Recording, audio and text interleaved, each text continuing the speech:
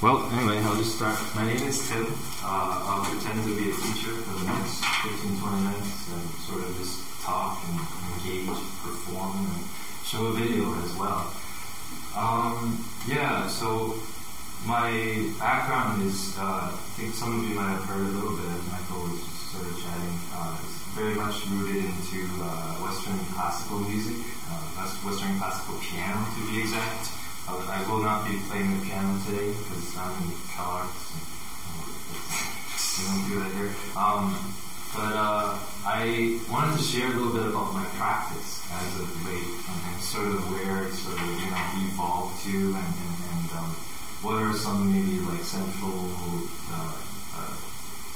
mappings of interest, I guess, of the current time.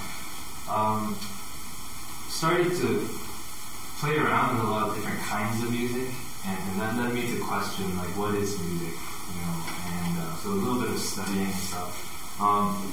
Perez, I think Michael alluded to this a couple of classes ago, defined music as organized sound. There's a composer, you probably are familiar with, John Cage. He, in 1937, he wrote a manifesto that was talking about the future of music. And he talked about, like, there's all this Beethoven, Bartok, like whatever Stravinsky being played, and it's like a lot of highbrow, spiritual or lifting of high art above everything else in a way that was very inaccessible to a lot of people. And so he was saying, like, well, is this music? Is this like, versus like, and then how do we quantify that? And so Cage being, I'm a little fuzzy on the Perez Cage connection, but what I do know about Cage is that he talked about music as organized sound. And he also talked about in the future, everything could be music. So any kind of sound you hear, it could be kind of quantified and organized in such a way that we could engage with it and listen to it in a meaningful but significant way. But he also talked about, this kind of became true not only in classical or jazz or even pop music. People are using like this as like a snare sound, for some hip hop track or something. But he also talked about not only the entire field of sound would be used, but there would also be the entire field of time being engaged in music making. And at that time, like I think like the running digital SMPT, SMT time was sort of like a big thing. And he kind of SMT codes and coordinate film and music and things like that. That's right. When people like do film scores and stuff. And so he kind of imagined that maybe that would be like a unit of, organizing music. Instead of the quarter note, the half note, the whole note, and whatever, and so forth.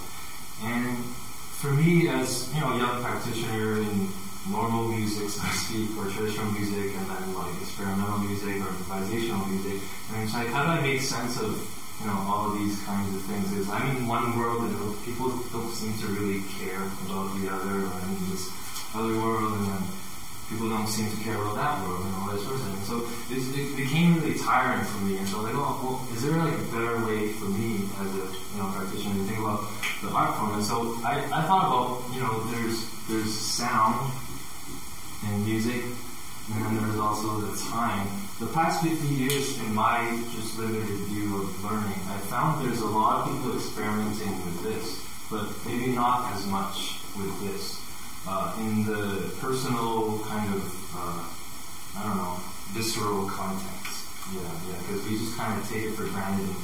And I hope this doesn't offend anybody who's practicing sound, but I've been to noise concerts where it kind of sounds like they're doing this crazy, like incredible noise, but it's like in 4/4 time. And there's a 2, 3, 4. And so that made me think about, are there any other ways of engaging the time factor? So these are just some questions. I'm sort of throwing them up, and then I'm going to sort of leave it open-ended and then show a video, and then we could talk about it and have a conversation. So John Cage is also big on silence, And so I'll just be silent for a couple seconds when I finish writing.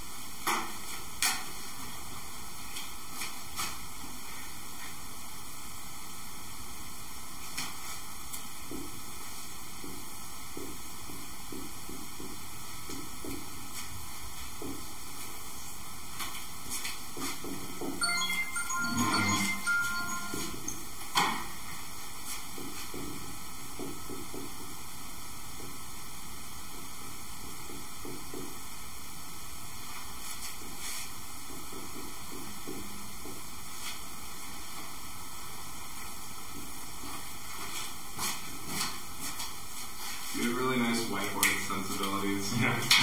Thanks. Yeah, so I'll leave that at that. Now, this could be sort of a guide, but if I could direct your attention this way, it'll be sort of good.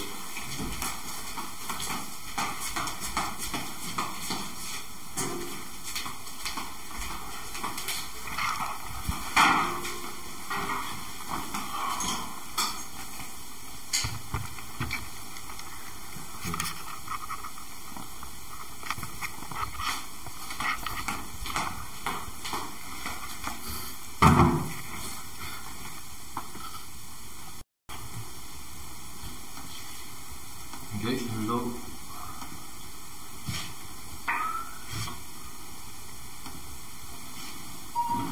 So obviously you want to use a clock, you want to use an iPhone, iPod Touch, 273, TikTok, take the cover out the door and clock, and start talking different modes of talking. So be informal to an extent where it can be understood, to an extent where you could engage with a common platform. Sort of taken for granted temporarily. Tell the patient we want to address the significance or insignificance of duration in our thinking, our presenting art forms, formation, presentations,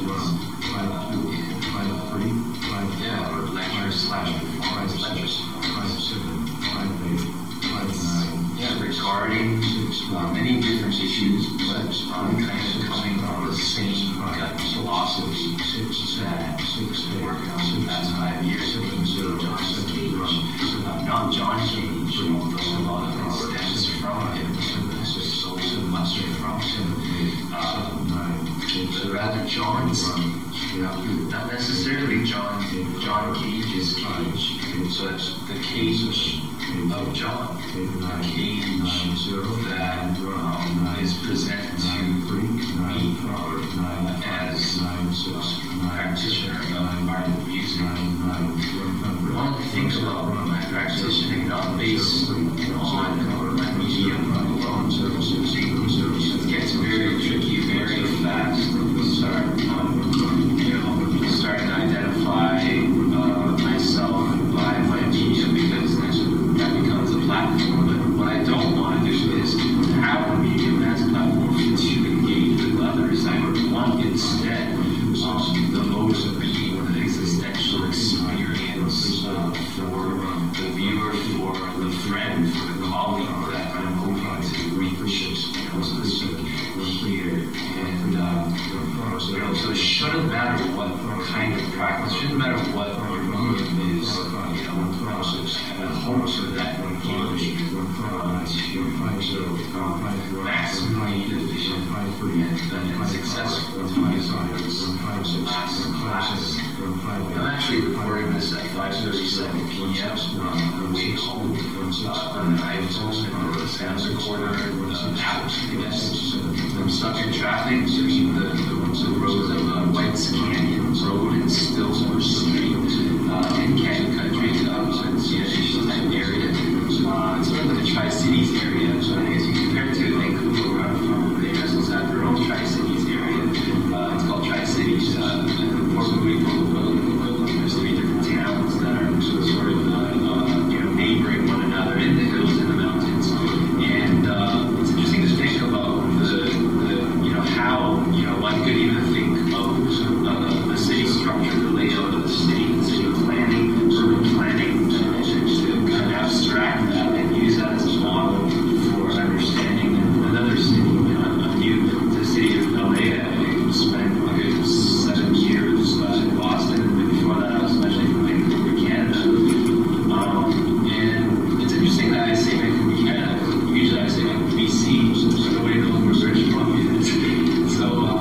So the problem of context, I guess, is of interest to me because as a Hong Kong-born Canadian immigrant / citizen now moved to the U.S. Temporary green card that recently expired some days ago, but I do have a 1-year whatever extension. What does that make me? How does that influence my identity as a person, as a citizen, as an artist, as a human being? We talk a lot about being human beings, class, it's definitely worth talking about, worth addressing some more. As long as we stay human, as long as we are human, as long as we be human, I think it behooves us to continue in this dialogue and this discourse. And so I'm coming from a standpoint that, I'd like to address artistic matters based on human based on human experience, and that may or may not include sound and music and noise. We can define these in a moment. But I'm also interested in, and what's more interesting to me actually is time, the effects of time, and the impacts that it has on our art making. Relative, approximately 4 minutes ago, I mentioned the issue of duration, and we simply think of it for now as getting from A to B, point A to point B. Regardless of how you go, straight line, circles, bending of the paper, Einstein ray, whatever. Why do we always go to Einstein? But back to the duration part. A to B, I think it's interesting because it's an easy platform to work off of for me in terms of music and a composition and taking it, maybe even a performance of sorts, because everything is time-based. And I started to see, all kinds of art forms as time-based performance. So, in a sense, everything is time-based art. Everybody's special. That's another thing. But tangents are necessary in order to make us aware of the subject that we're getting at. Performance and improvisatory performance, and specifically speaking, I think tangents can be great because it kind of sheds light upon what matters, and it's almost like you're living in the moment. You are living in the moment, and so you actually engage with the present duration ahead of you, in front of you, beside you, behind you, and keeping that in mind. That's the kind of state, I think, that the most successful performances that you can encounter. I felt that is the best use of the duration. Now, when we think about duration, we obviously think about time or clock time, and it's interesting that it's necessary, I feel like, to distinguish between time and clock time, and clock. And this Tri-City mindful, I guess, mindset, template, so to speak, can be applied to noise, music, and sound. I thought that just now. I think that this kind of threefold manner of thinking of times, clock times, and time, clocks, actually, it does correlate to noise, music, and sound, because it's just dealing with natural phenomena, or if you believe time doesn't exist for you too much, it's dealing with a natural phenomenon that is there, that is existing, and that we have. So I like to categorize my gut philosophy and everything into two separate categories, where one is HIS, the other is NES. HIS stands for legally imposed system. NES stands for naturally existing system. So you either, if you're thinking, if you're acting towards, against whatever phenomenon before you, you either see it as a naturally existing system, or you see it as a human imposed system. So take a naturally existing system would be air. So we didn't know atoms were atoms until we humanly imposed the word atoms to the atoms. And so that is also HIS. And so a lot of times these guys are intertwined, and they get very fuzzy too. You can't really tell one from the other. But I think it kind of helps to clarify the state of reality in terms of time and being, as far as the extent we understand the time machines. And it may change a little bit. Probably will change at some point. Some duration, so to speak. Anyways, back to the Tri-City, kind of mindful of noise, music, and sound as compared to clock time and clock time. I don't know which corresponds to which, but if you write it on the whiteboard, I think it'll be a little more clearer. But we have time and we have sound as far on the NES spectrum as possible, naturally existing material, so to speak, waiting to be quantified by human beings, so to speak, to impose our systems and perceptions upon them. And we have clock, and we have music. 89909192. So it has to be like music is organized sound from cage defined that and feature music credo 1937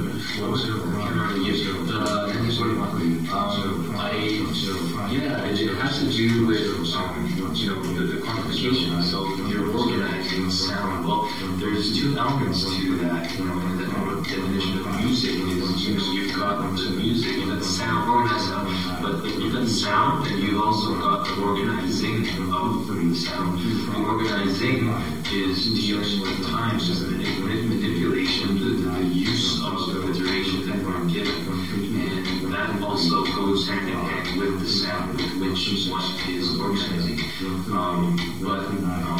Music, with that definition in mind, is a legally imposed system, and as is the clock. The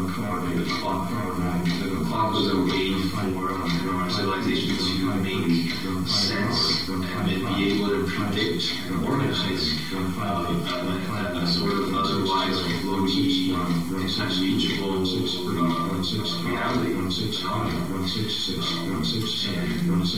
But I think at some point, through the industrialized age, the machine age, or whatever, stream of history all over. Lewis Mumford talks a lot about this in techniques of civilization, and as well as interpretations and forecasting. The compilation of it, he talks about, there was a time where clocks were clocks, and they were not time. I feel like these days we associate the clock with time and our struggle against time, but it itself is not time. Sometimes we kind of interchange place one or the other, but music is not sound, period. Sound is not music, period. There's a lot of contingency things that play. It depends on, it depends on nothing. It really depends. And so it's always in flux. You never know what you're going to say next. 236, 237, 238, 239, 240. So we're talking about more about the relations between these two three forms of organisms, if you may, concepts and dynamics. I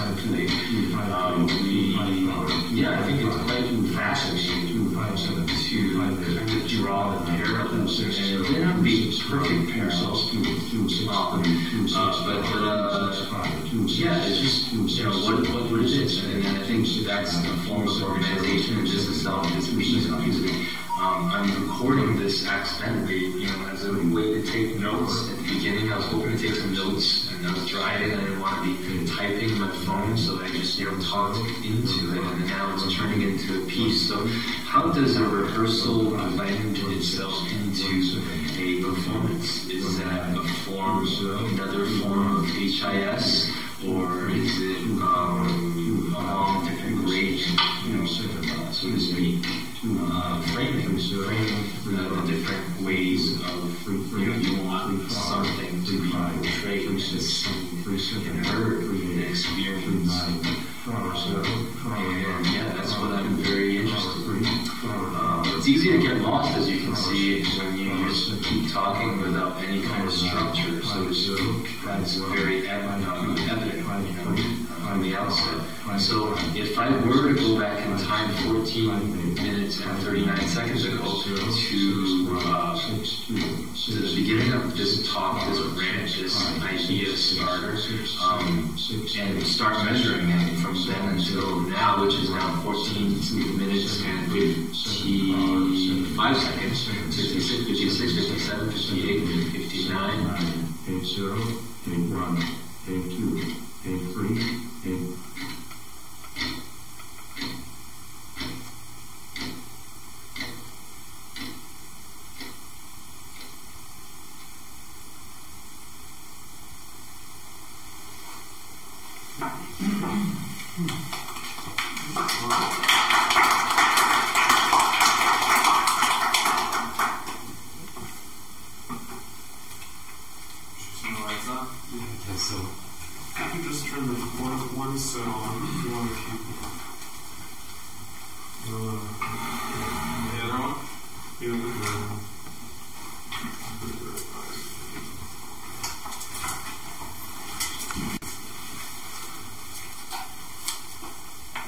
So did you want people just to react and then you talk?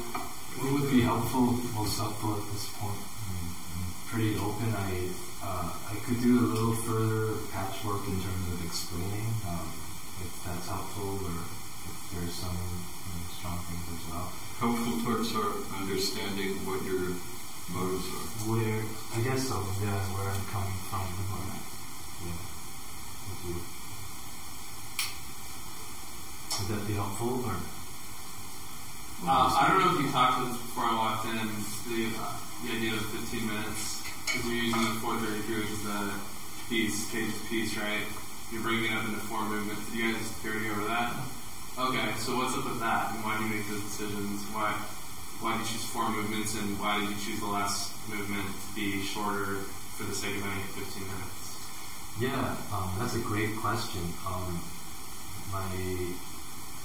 I'm still sort of working on verbalizing my reasoning, so any help you guys can give me would be great. So first off, having said that, I forgot to announce, I was getting a little carried away with title of this piece is called "This Is About 15 Minutes." So it's sort of like this both, like twofold connotation of what time can be, and how we address time and duration. I was addressing before you came, I think, a little bit about how I've been defining music, or how I've been thinking of music as a process between sound and time, and then how I feel like, it would be really interesting to kind of mess around with time and the use of time and see how it goes. So the top part of there is my sort of definition of music as being organization of sound. John Cage, composer, he defined simply as organization of sound. But when I was thinking about, in order to organize, you have to do it over a period of time. And so, for a really good example, I think a lot of people approach the composition of 433, it's like, it's all about silence, period, and that's it, and you can kind of do whatever you want. But in some ways, it actually is more structured than like his Freeman Etudes, which are like these ridiculous violin pieces that he wrote for this guy that's supposed to not be physically possible to play and has all these crazy dynamics and marking, which is marking. But in some ways, this is, in my understanding at least, I want to just be like a jerk and sort of argue the other way, in that 433 perhaps is the most organized, most predetermined kind of piece in a way possible, because the time is so structured in a way.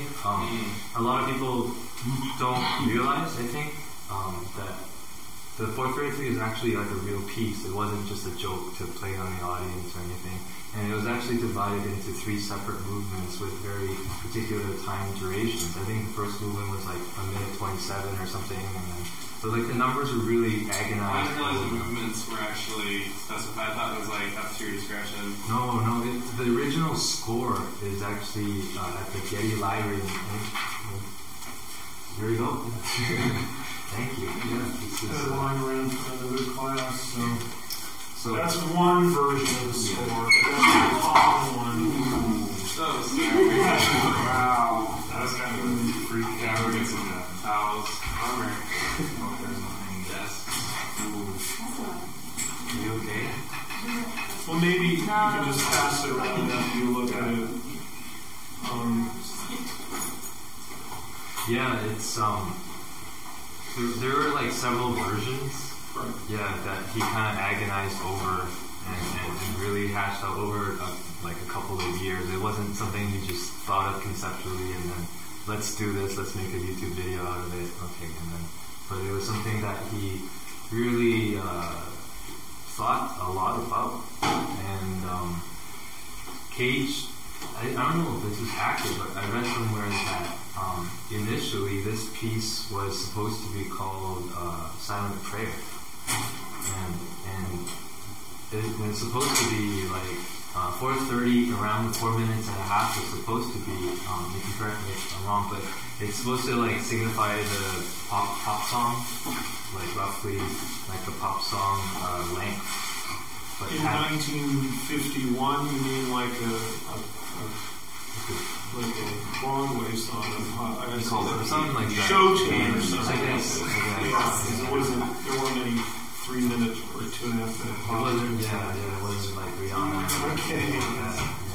But it was, it got changed later to just 433. I mean, it was very removed in that way. But I guess all that to say, there's like a very structured, and I was really fascinated with that element about Cage. And so I was like, well, maybe I could try to have some really strict, like, structures in my music as well. Because Cage was also a student of Schoenberg, who was, anal about structure and whatnot. And so I wondered if, not trying to create like a serialist approach to, like, everything super, super structured, but at least some kind of hard structure in a free, improvised performance, per se. What if I started playing around with performances that where I could do anything I want, and maybe within this time frame. And so it was varied from like 60 seconds to 30 seconds or 15 minutes, 30 minutes, 10 minutes or whatever. And so that's sort of become like the tools, I guess, of the palette. in this particular instance, I was thinking 15 minutes was a suitable time for that rant I was doing on the drive home. It was, and I thought, oh, it's kind of a good place to stop. I'm almost out of ideas.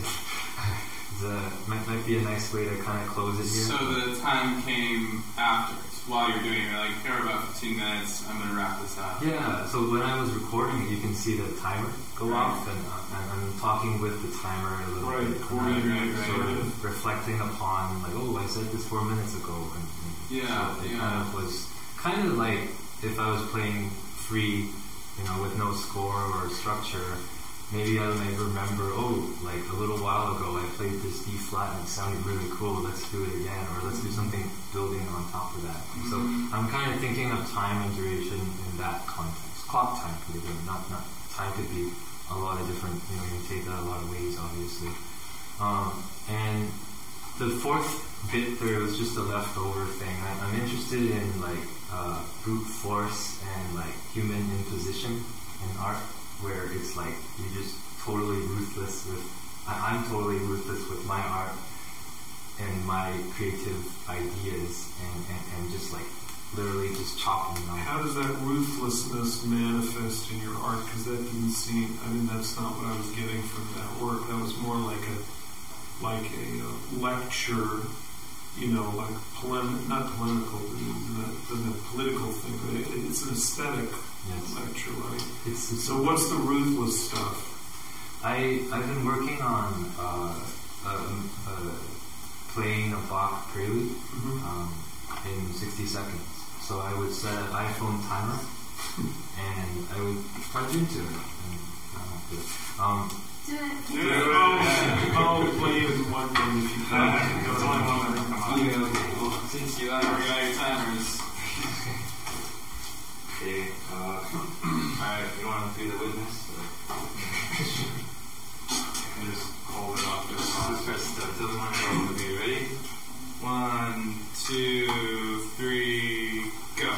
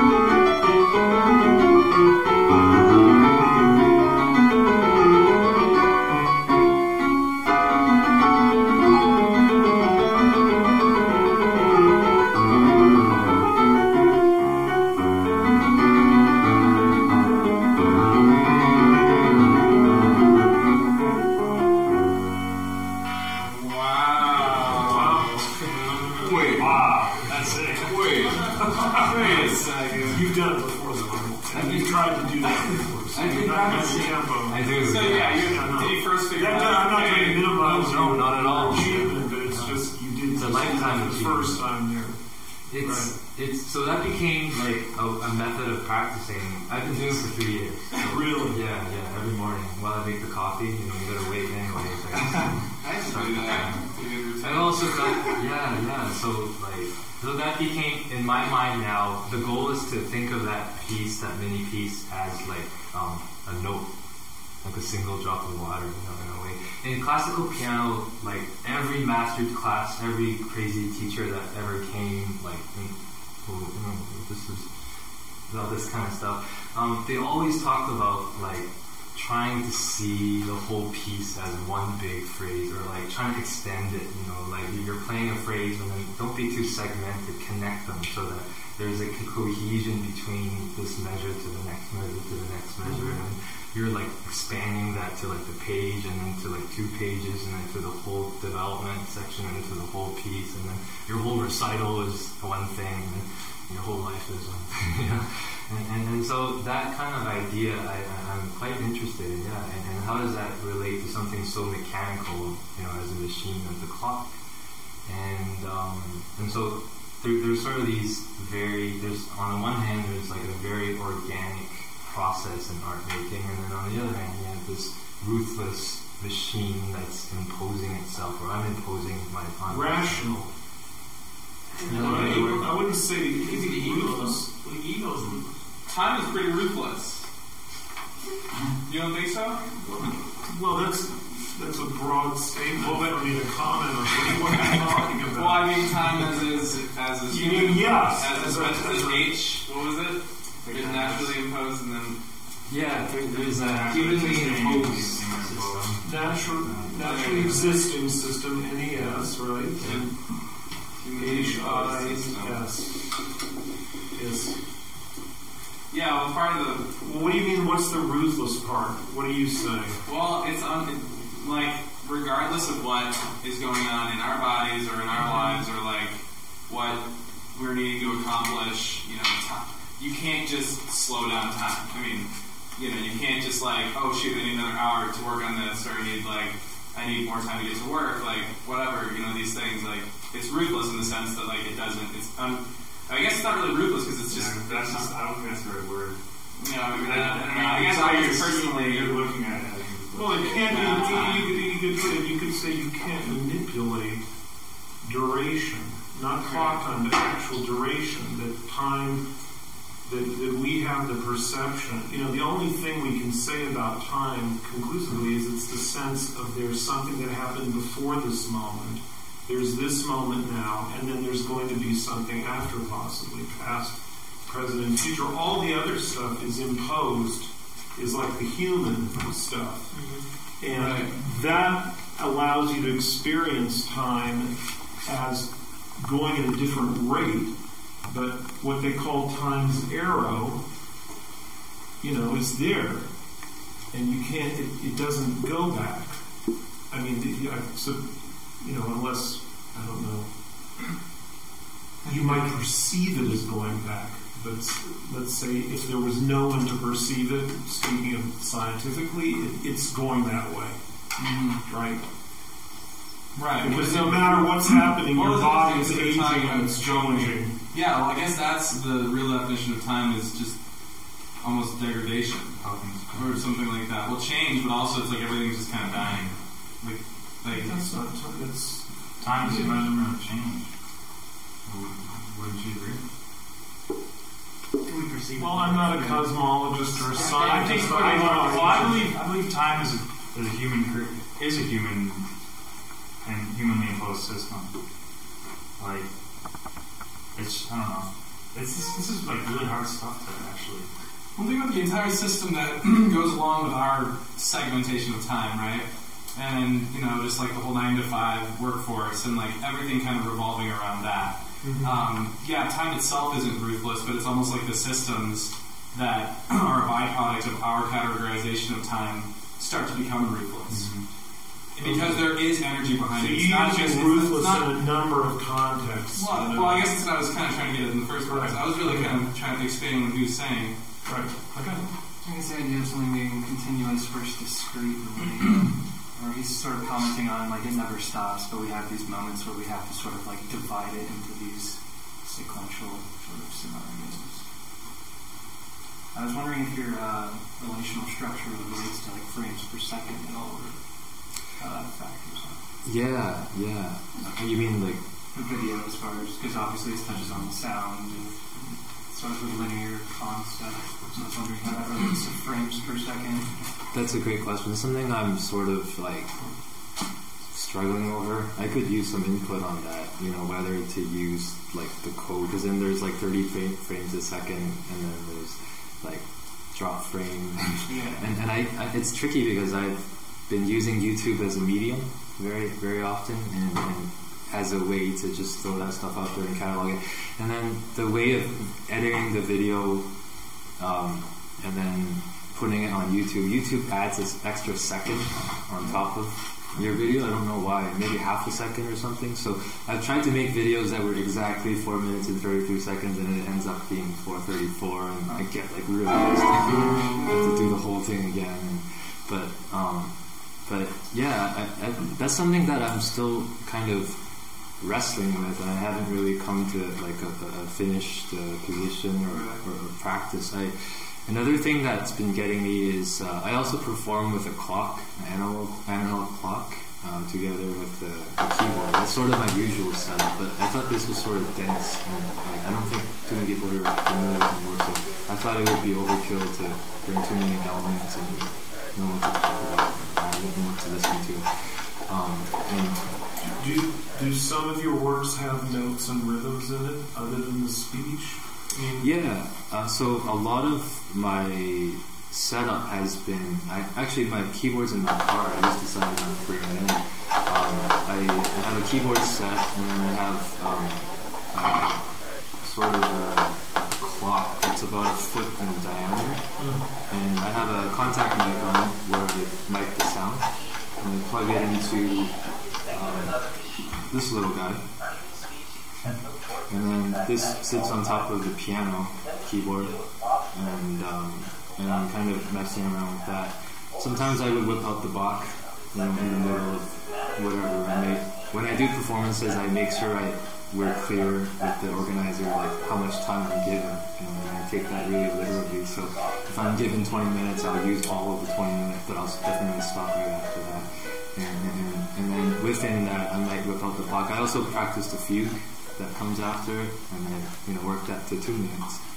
And then there's like totally structured, and then there's totally free playing where I just unleash, take off my shoe and start hitting the piano or whatever.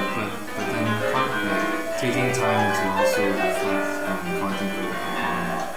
And so there are allusions to music and music history and literature and tradition. But also maybe it touches a little upon like movement or like performance value kinds of stuff. So you kind of bring in props. Who's this way from to me, everything is a performance if I frame it that way, and so I think I do feel like I'm performing very much as I'm showing, a dimension of myself and just sort of laying it out. So I guess, yeah, you could call it a performance.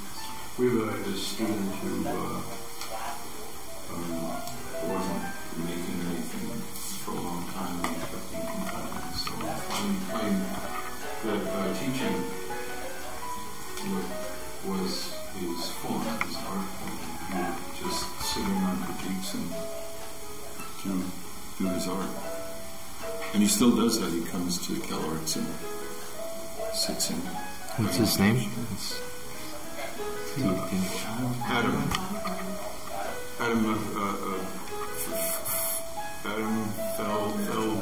Feldman.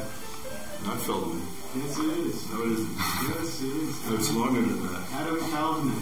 Feldman? No, he's like Feldman. It's not Feldman. Yeah, Feldman. Feldmeth. Yeah. Feldmeth. Anyway, Cool. Yeah, that'd be great. That's exciting. so I have a couple of questions. One, 5 minutes. You sort of take your place in a kind of intellectual evolution in the music world history, right? I guess, yeah. And then, so for the listener, it would be best if they knew that history. Yeah, a little more background. Is there something that we can regard as good if we're not knowledgeable? Is there something we can regard as good, like beneficial? Well, there's a lot of art made as art became more and more specialized. There's a lot of art that fits in that category. That you got to know something. You got to know what something's riffing on. Sure. Yeah. Three things can happen. One is it'll just be well done. They'll get a sense of it. Mm-hmm. Or two, they'll think the artist is full of shit, or they're just too dumb to get it. Right. So I always wonder about that relationship and wonder how you see that. And what? So somebody's talking about your musical and it's really good. What do they mean? I hope they mean that what I'm doing is engaging in a way that allows them to have some sort of clarity, whether they agree with what I'm imposing upon them or not. Clarity meaning they would understand the structure of the thing. Clarity about what art is or what it should be, or music, or informing or challenging them in their practice, and or their perception of the world. You know? Yeah. So even if everything I said is completely wrong, like. I think there's still potential for it to have some substance. Well, how could it be wrong? I'm just saying. What would wrong be? Well, if they don't agree with it in their minds. Well, what would agreement be? If someone comes in and says this is nothing, like this is worthless. You're wasting your time. Gibberish. Sure, right. I think it's still worthwhile because it helped to clarify his or her position. In that way. So you're to provoke any kind of thoughtful response would be success to you. I think so. Yeah. If it, and then if possible, maybe to help clarify more about either about me or about them. You know, or the nature of what you're talking about. Sure. Yeah. Right. So. I had a quick question just about the Bach and your idea of having it done in a minute. Have you thought about, and this might be really dumb, but like taking extreme rubato in places, like really slow and then really fast, because then you're changing time within time, and your set time is a minute, right? Yes. And so your goal is to always end in the same place, but stretching time might be really like sonically, conceptually, like stimulating. Maybe it's a little cartoonish, but I don't know if you ever like thought along those lines. Like, yeah, I think it's like it almost like emulates some sort of game happening, and I think it helped to spark. I have used some of that a little bit. I don't know if it's exactly what you're thinking of, but I would start the timer and then I would like just wait and then like hurry and rush and like try to get it, and I get at that point. Until I like catch up. So right. So you have to play with different things. A little bit. Like starting really slow by the end of the piece, you're like, or the other way around. Yeah. And so that's like kind of playing around with like failure as well. Like if I don't get it, what happens? And like punish, and I'm still pretty loose about that, like in terms of like what kind of benefit it could, other than like just interest and engagement too. And that's definitely there. That's a really good idea. I haven't done too much of it, but that's definitely. Yeah, I think you're really onto something with that, like the whole timing thing. There's so many, just through what you guys are saying now, it's like pretty apparent there's so many possibilities within that, and I've never really heard of somebody thinking of time manipulation in that sort of way. Obviously manipulation of time is something that's existed forever, especially improvisers, in jazz it's like a matter of whether you're going to lay back in the beat or whatever without sacrificing time. It's the same kind of concept that you're approaching it in a very literal way. It's interesting because it's all frequency. When you really think about what we're talking about, it's all just frequencies. There are these cycles per second and things of this nature. If you incorporated getting off equal temperament and things like this, you could radically alter physiology of sort of brain structure and how we think about chords and progressions and how they factor into these movements. Very, very interesting. Seeing how to change the Thanks. Well, and there's another abstraction is just how time perception changes depending on what activity is happening, right? So, for instance, if I'm a server and I'm working in a restaurant and I'm working, it's really busy and I'm working, then time goes by, it seems to go by faster, whereas the other way around, if it's not so busy, time literally feels like it could be twice as long. I've experienced that before, and that also translates to music as well. you know, it's a really, really fast piece or something like that. I mean, sometimes that can be the opposite though. If it's a really fast piece, then it goes on for 5 minutes. It seems like, wow, this piece is like going on forever and ever and ever. Whereas if it's a really slow piece, it goes by like that because, you know, so how does that factor in? Have you thought about those things? Have you like defined any of those phenomena? I don't know if I've defined them, but I thought about the idea. A lot of this was sparked on when I attended a lot of like noise concerts. People were doing the craziest stuff, but like sometimes it was really engaging for like the first 5 minutes or 10 minutes, 15 minutes, but then it would go on for like an hour, and by like 45 minutes, like everybody's kind of like, you know, doing this. And then, so I was thinking, like, why do people look at their watches, you know, when they're bored? As if, yeah, like as if by looking at your clock and being aware of the time, you can make it less, you know, more bearable, or you're helping it move fast. Like saying, like, okay, this has been on for 20 minutes, it can't be much longer. Or like if you know how it's going to be, like, okay, I have 5 more minutes, I can survive. Did you guys feel like you were trapped reading, like watching the movie? Because for me, like in the topic of like looking at your watch, for me it was like, well, what if we all looked at the watch like forever, like for the whole piece, the whole time, you know? Sorry, you know, you're saying a lot of things which make me think that this work could be cut away from its place in this sort of specialized history and actually be more available to a non-musician.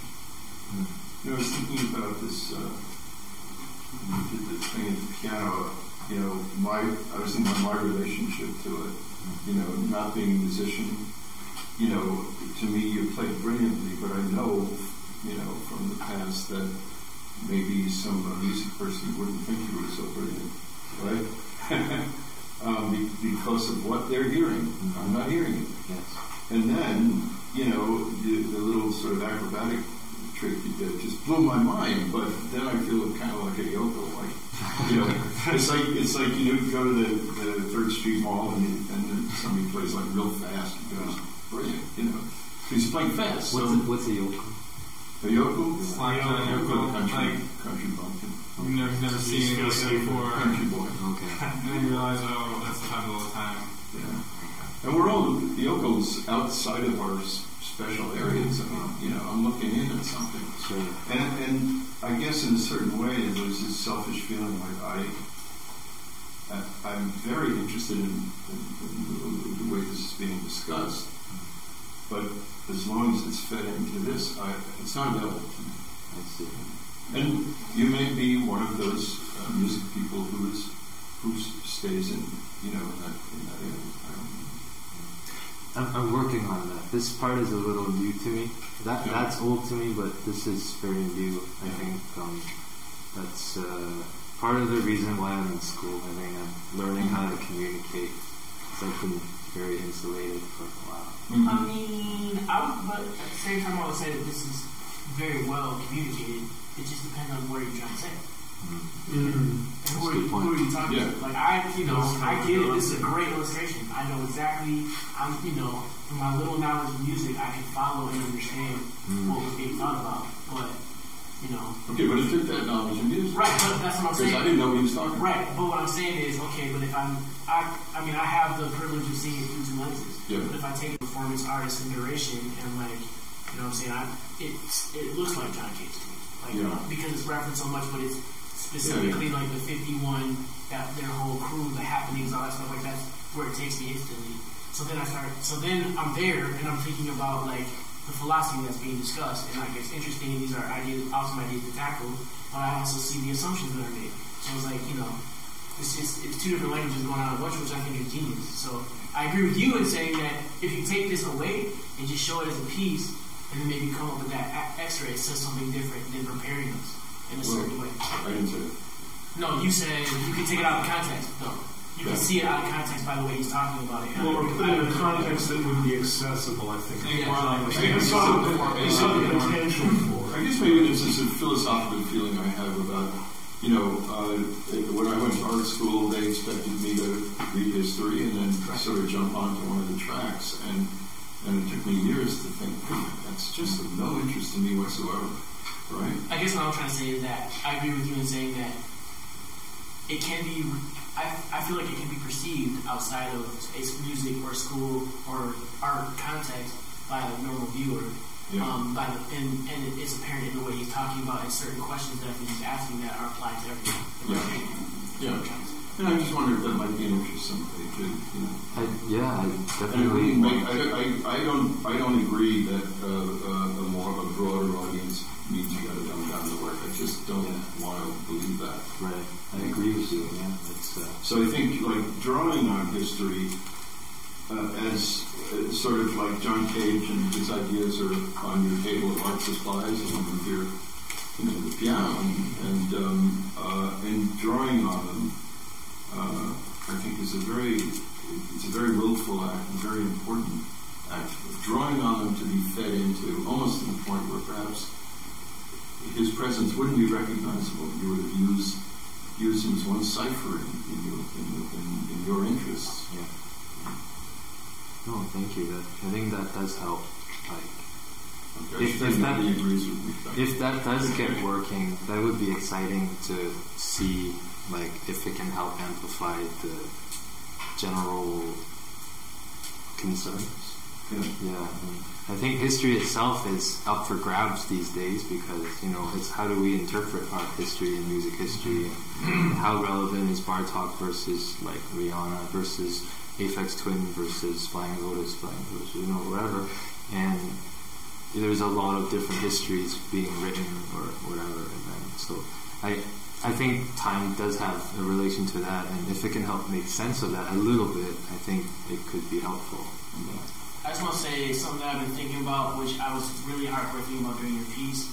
I've been reading a lot about like in between space, and so I feel like our history and all these things are, there's this interesting idea that I've been thinking about. That was in this reading, and I'll tell you guys why I can't think of the name of the author, talking about one-point perspective. And when one-point perspective was introduced into art, it was like it assumes a ground. It assumes a one-angle way that I become the center of everything and I'm seeing everything around me. And so it's interesting, I think, when you're thinking about systems and histories and stuff like that, are we, like, for me, I'm interested in, is there another way to think about it or approach it? I don't know what that is, but that's what I'm thinking about. And so these systems and what you're talking about a lot, because you even say a standpoint in it, you know what I'm saying? So I just think that's an interesting thing to think about. It doesn't mean anything except for that it's interesting thing. It's called like Free Falling by Hiro Skiro. I have it in a PDF that I can show you. Maybe, yeah. Thank you. You should. That was great. Thank you. Yeah, thank you.